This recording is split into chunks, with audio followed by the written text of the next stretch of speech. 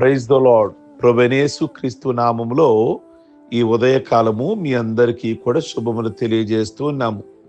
గత వర్తమానాలలో మనము ఒంటరిగా లేము అన్న మాట మీద యెరూషలేము చుట్టూ పర్వతములు ఉన్నట్లు యెహోవా ఇది మొదలుకొని నిత్యము తన ప్రజల చుట్టూ ఉండును అని 125వ కీర్తన 2వ వచనంలో ఉంది.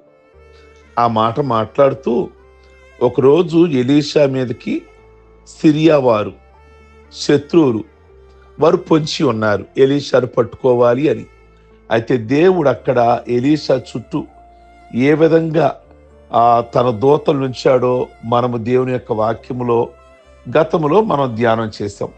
అలాగే యోబు చుట్టూ దేవుడు ఏ విధంగా భద్రతనుంచాడు.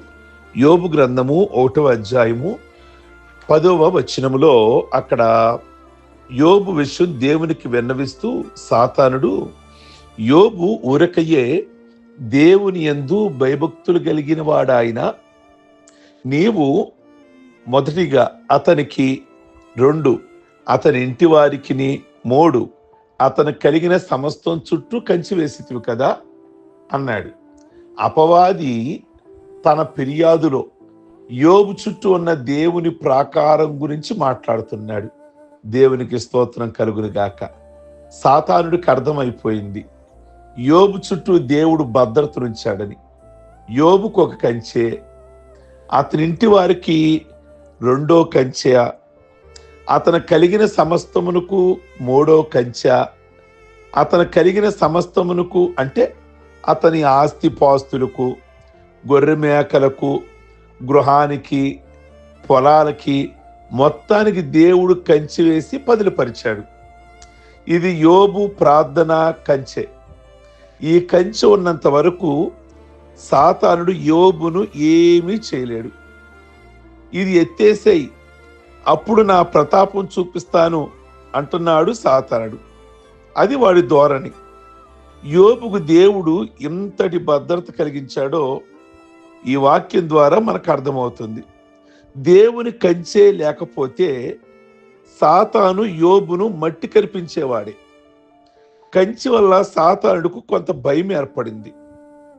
యోబు చుట్టూరా ఉన్నట్లే మన చుట్టూ కూడా దేవుడు కంచె వేశాడు.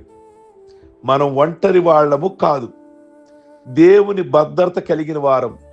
దేవునికి స్తోత్రం. ప్రియ దేవుని బిడ్డలారా, ఒకరోజు సువార్త సేవలో గొప్ప అనుభవం కలిగిన వృద్ధురాలైన ఒక సువార్థికురాలు ఉండే గ్రామంలో ఓ పాస్టర్ గారు నివసిస్తూ ఉండేవారు. ఆయనకు భార్య, 2 కుమారులు ఉన్నారు. పాస్టర్ గారు సంఘంలో సమస్యలతో సతమతమవుతూ జీవనాన్ని సాగిస్తూ ఉన్నారు. ఎప్పుడు ఏం జరుగుతుందో తెలియని స్థితి అతనిది. సంఘములో క్షణక్షణము ఒక గండంగా ఉండేది. ఒక దినం సువార్థికురాలు పాస్టర్ గారిని దర్శిద్దామని వెళ్ళింది. పెద్ద అబ్బాయి తప్ప అందరూ ఆ ఇంట్లో ఆమె కనిపించారు. పెద్ద అబ్బాయి కనిపించట్లేదే అని ఆ పాస్టర్ గారిని అడిగింది. చదువు మానిపించి వాడిని ఈ మధ్య కరాటే పంపిస్తున్నాను పాస్టర్ గారు చెప్పారు. ఆ సువార్థికురాలికి ఆశ్చర్యం వేసింది. మీరు దేవుని శక్తిని ఆశ్రయించక ఎందుకు ఇలా చేస్తున్నారు అని అనకుండా ఉండలేకపోయింది. ఆ వృద్ధురాలు ఓ మంచి పాఠం ఆయన గారికి నేర్పించడానికి ఇదే అనువైన సమయం అనుకొని, చూడు పాస్టర్ బాబు, దేవుడు మన చుట్టూ వలయాలను ఏర్పాటు చేశాడు. నీ చుట్టూ కంచెలు ఉన్నాయి, నువ్వు మధ్యలో ఉన్నావు. నీ చుట్టూ పరిశుద్ధాత్మని కంచె ఉంది, ఆ తర్వాత కుమారుడు కంచె ఉంది, ఆ తరువాత తండ్రి కంచె ఉంది. ఎవరైనా నీకు హాని చెయ్యాలి అంటే ముందు తండ్రిని కొట్టాలి, తర్వాత కుమారుడిని కొట్టాలి, తర్వాత పరిశుద్ధాత్మని, ఆ తదుపరి నిన్ను. ఇందరిని ఛేదించడం ఎవరి తరమవుతుంది అని ఓ చిన్న పాఠం ఆ పాస్టర్ బాబుకి నేర్పింది. అంతే, ఆయనకు కనువిప్పు కలిగింది. పిల్లవాడిని కరాటి నుండి పిలిపించేశాడు. దేవుని శక్తిని పరిపూర్ణంగా ఆశ్రయించాడు. మనం ఒంటరి వాళ్ళం కామని మరోసారి దేవుడు మనకి జ్ఞాపకం చేస్తూ ఉన్నాడు ఈ ఉదయకాలం మందు.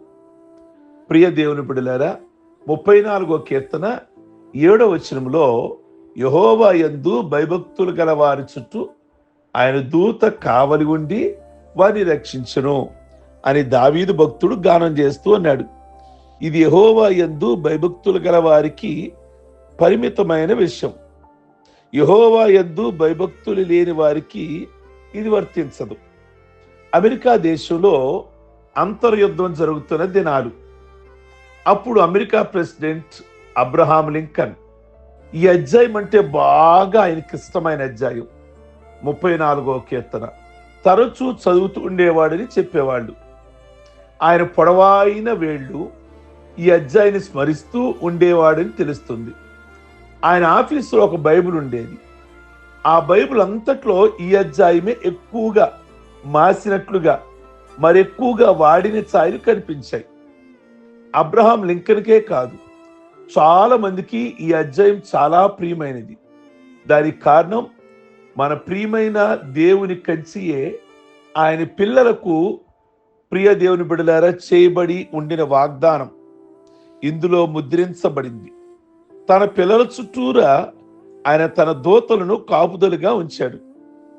డాక్టర్ బిల్లీ గ్రహం గారు ఓ పుస్తకం రాశారు, దేవదూతలు అనే తన గ్రంథంలో ఒక వాస్తవ సంఘటనను రాశారు. దేవదూతలు విశ్వాసును కాపాడతారు. జాన్ పేటన్ అనే మిషనరీ ఒక ఉదంతాన్ని చెప్పాడు. ఇది ఆశ్చర్యమైన ఒక విషయం.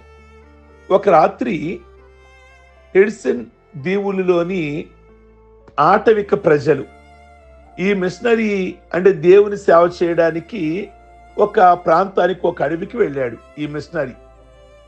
అయితే ఆ మిషనరీ, ఆయన పేరు పేటన్, ఆ భార్య భర్తలను చంపాలని ఆ ఆటవిక ప్రజలు అంటే మనుషులు తినేవారు అక్కడికి వచ్చారు.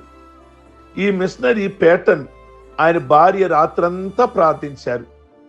అదో భయంకరమైన రాత్రి. దేవా, వీళ్ళ చేతుల నుంచి మమ్మల్ని కాపాడు, మేము ప్రాణాపాయ స్థితిలో ఉన్నాం, ఈ తెలియని ప్రాంతంలో ఉన్నాం, ఆటవిక ప్రజల మధ్యలో ఉన్నాం అని వారి దేవునికి తెల్లవారులు మొరపెడుతూనే ఉన్నారు. తెల్లవారింది. వచ్చిన వారందరూ వెళ్ళిపోయారు, జారుకున్నారు. అక్కడ ఒక్కడూ లేడు. దేవుడు అనుగ్రహించిన సంరక్షణకు వాళ్ళు దేవునికి కృతజ్ఞత వెళ్లబుచ్చారు. ఓ సంవత్సరం ఇట్టే దొర్లిపోయింది. ఆటవిక జాతిలో ఒక నాయకుడు యేసుక్రీస్తుని నమ్ముకున్నాడు. అయితే ఆ మిషనరీ ఉన్నాడు కదా, పేటన్ అనే ఆయన, అతన్ని పోయిన ఏటి రాత్రి గడిచిన సంవత్సరం ప్రియ దేవుని బిడ్డలారా అడిగారు. వాళ్ళు వచ్చి ఆ సంఘటన గురించి అడిగారు. మా ఇల్లు తగలబెట్టి మమ్మల్ని చంపడానికి వచ్చారే, ఎందుకు వెళ్ళిపోయారు అని ఆ మిషనరీ ఆ నాయకుడిని అడిగాడు. ఆ నాయకుడు ఆశ్చర్యంతో ఇలా జవాబిచ్చాడు, ఆ రాత్రి మీ దగ్గర ఉన్నది ఎవరు? మా దగ్గర ఎవరు లేరే, నేను నా భార్య మాత్రమే ఉన్నాం అన్నాడు. పేటన్, అలా కాదు, మీతో చాలా మంది ఆ రాత్రి సైనికులు ఉన్నట్లుగా మేము చూచాం. వాళ్ళ దుస్తులు ప్రకాశవంతంగా ఉన్నాయి, వాళ్ళ చేతుల్లో ఖడ్గాలు ఉన్నాయి, వాళ్ళు మీ ఇంటి చుట్టూ పర్యవేక్షిస్తూ ఉన్నారు. మాకు భయం వేసి వెళ్ళిపోయాం అన్నాడు ఆ గిరిజన నాయకుడు. దేవుడు తన దూతను పంపాడని మిషనరీ అయిన పేటన్కి అర్థమైంది. ఈ విషయం ఆ నాయకుడు కూడా ఒప్పుకున్నాడు. ప్రమాదాల మధ్యలో ఉన్న తన విశ్వాసుల్ని దేవుడు ఎలా కాపాడుతున్నాడో జ్ఞాపకం చేసుకోండి. కనుక మనం ఒంటరి వారము కాము. ఎఫెసీ పత్రిక 6వ అధ్యాయము 13వ వచనంలో దేవుడిచ్చు సర్వాంగ కవచమును ధరించుకొనుడి అని పౌలు భక్తుడు వ్రాస్తూ ఉన్నాడు. ఇది దేవుని సర్వాంగ కవచం. అది ఆయన పిల్లలకు అనుగ్రహిస్తాడు. కొన్ని మ్యూజియాలలో నేను కూడా చూశాను ఇలాంటి కవచాలని. ప్రియ దేవుని బిడ్డలారా, అన్ని అవయవాలను భద్రపరిచే ఒక ఇనప కవచం అన్నమాట. పూర్వం రాజులు యుద్ధాలకు వెళ్ళేటప్పుడు దీనిని ధరించేవారు. ఎఫెసీ పత్రిక చెరపత్రిక అంటారు. అంటే పౌలు చెరలో ఉండి ఈ పత్రిక రాశాడు. పౌలు ఖైదీగా ఉన్నప్పుడు పౌలు నిర్బంధంలో ఉన్న గది దగ్గర ఒక రోమా సైనికుడు కాపలాగా ఉండేవాడు. ఆయన ధరించి ఉన్న సైనిక వస్త్రాలన్నిటినీ పౌలు ఇక్కడ పొందుపరిచాడు. అందులో సర్వాంగ కవచం ఒకటి. సర్వాంగ కవచం ప్రాముఖ్యతను పౌలు చెప్తున్నాడు.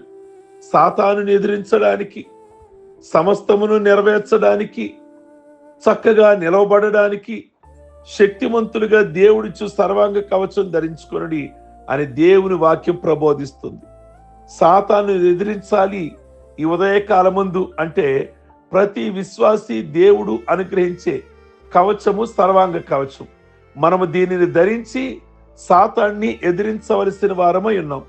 ప్రేమ కలిగిన దేవుడు, ప్రియ దేవుని బిడ్డలారా, మన చుట్టూరు ఆయన కంచి వేస్తున్నాడు కనుక మనం ఎల్లప్పుడూ కూడా ఆయనకు కృతజ్ఞతలు చెల్లించవలసిన వారు. మనము ఒంటరి వారము కాము.